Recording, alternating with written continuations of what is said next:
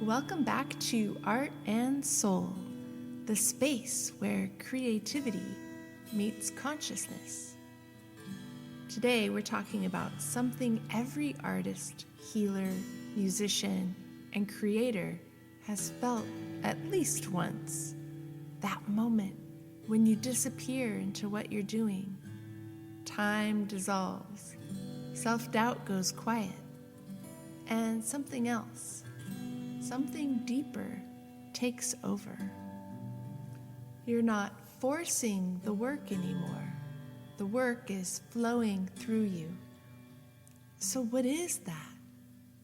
Is it just your brain doing something clever?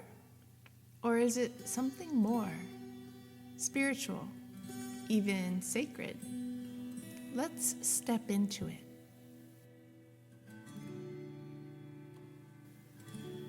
Think about a time when you were fully immersed in creating, painting, writing, playing music, even holding space for someone in a healing session.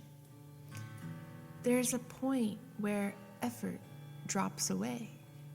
You're no longer thinking about what to do next. You just know. Psychology calls this the flow state. In flow, your brain shifts dramatically. The prefrontal cortex, the part responsible for self-criticism and overthinking, actually quiets down. This is sometimes called transient hypofrontality. In simple terms, the part of you that doubts yourself goes offline. Meanwhile, your brain increases activity in areas linked to pattern recognition, creativity, and intuition.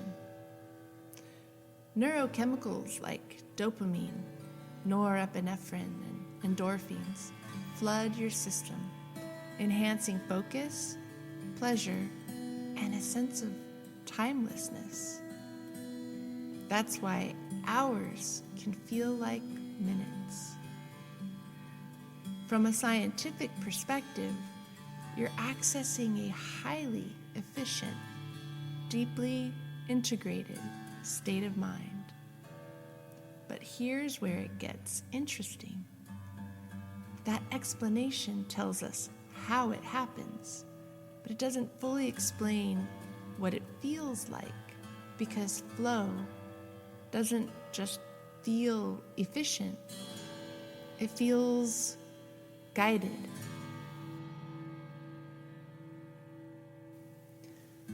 Many artists describe this experience in almost identical language. It felt like it wasn't me. The music wrote itself.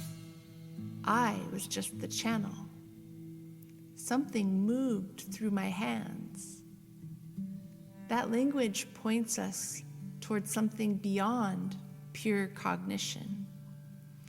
In spiritual traditions across cultures, this state has long been understood as not as doing, but as receiving. So, what might you be receiving from? Let's explore a few perspectives, not as rigid answers, but as doorways.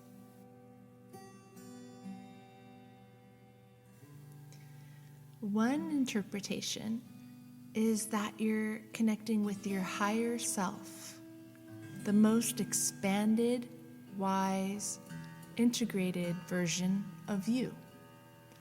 When the thinking mind quiets, you gain access to deeper layers of your own consciousness, layers that aren't caught in fear, comparison, or perfectionism. In this sense, the guidance isn't external. It's you without distortion. Flow becomes a reunion with your own clarity. From a neuroscience perspective, Your brain is an incredible pattern processing system. Everything you've practiced, studied, felt, and experienced is stored beneath conscious awareness. In flow, that entire reservoir becomes available at once.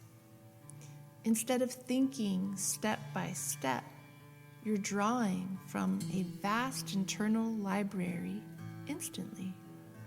So, the guidance feels mysterious because it's faster than thought.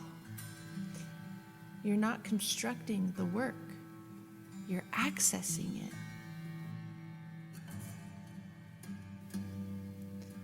Now we move into the more expansive territory. Many spiritual philosophies suggest that creativity doesn't originate with us alone, but through a shared field of consciousness. Call it source, call it the universe, call it the creative intelligence that underlies everything. In this view, artists and healers are not just makers, they are conduits. The idea isn't that something outside of you is controlling you, but that you're in a relationship with a larger intelligence. And in flow, that relationship becomes clear. You're tuned in, like a radio, finally finding the right frequency.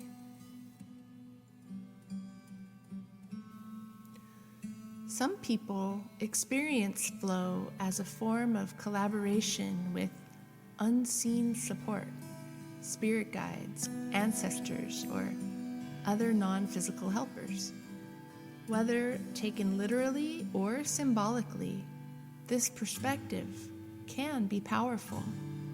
It creates a sense of trust, of not being alone in the process. And interestingly, belief itself can deepen flow. When you feel supported, the nervous system relaxes. When the nervous system relaxes, resistance drops. And when resistance drops, flow becomes easier to access.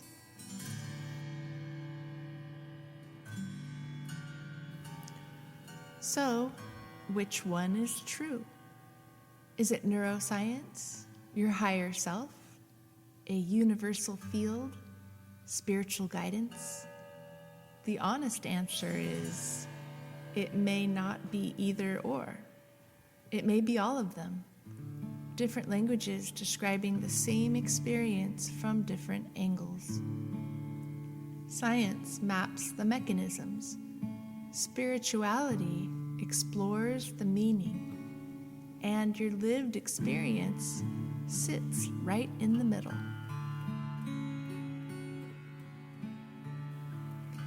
Now let's bring this into specific creative paths.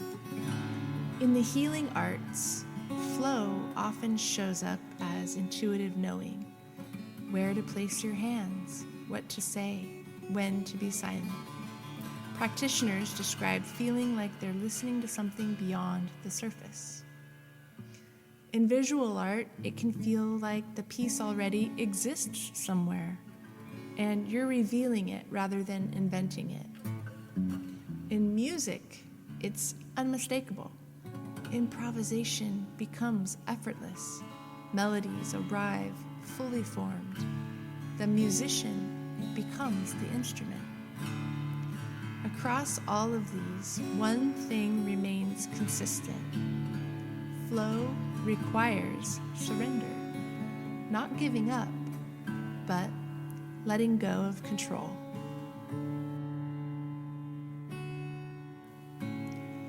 And that can be the hardest part, because we're taught to try harder, to figure it out, to get it right. But flow doesn't respond to force. It responds to presence. It asks you to trust what's emerging, even before you understand it.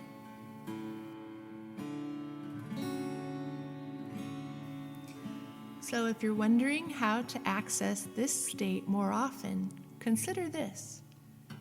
Create the conditions, not the outcome. Give yourself uninterrupted time. Engage deeply with your craft. Stay just at the edge of your skill level, challenged but not overwhelmed. And most importantly, practice letting yourself disappear into the moment.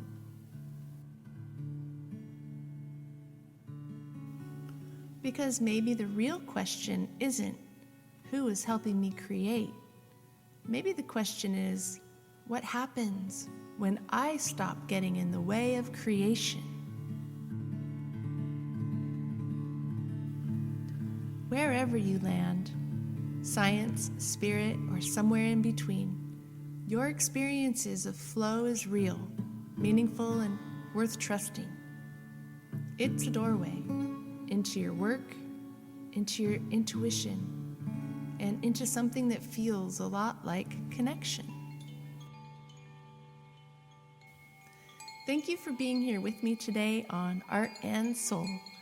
If this resonated, take a moment this week to notice when you slip into the flow, no matter how small the moment. And instead of questioning it, just follow it. I'll see you next time.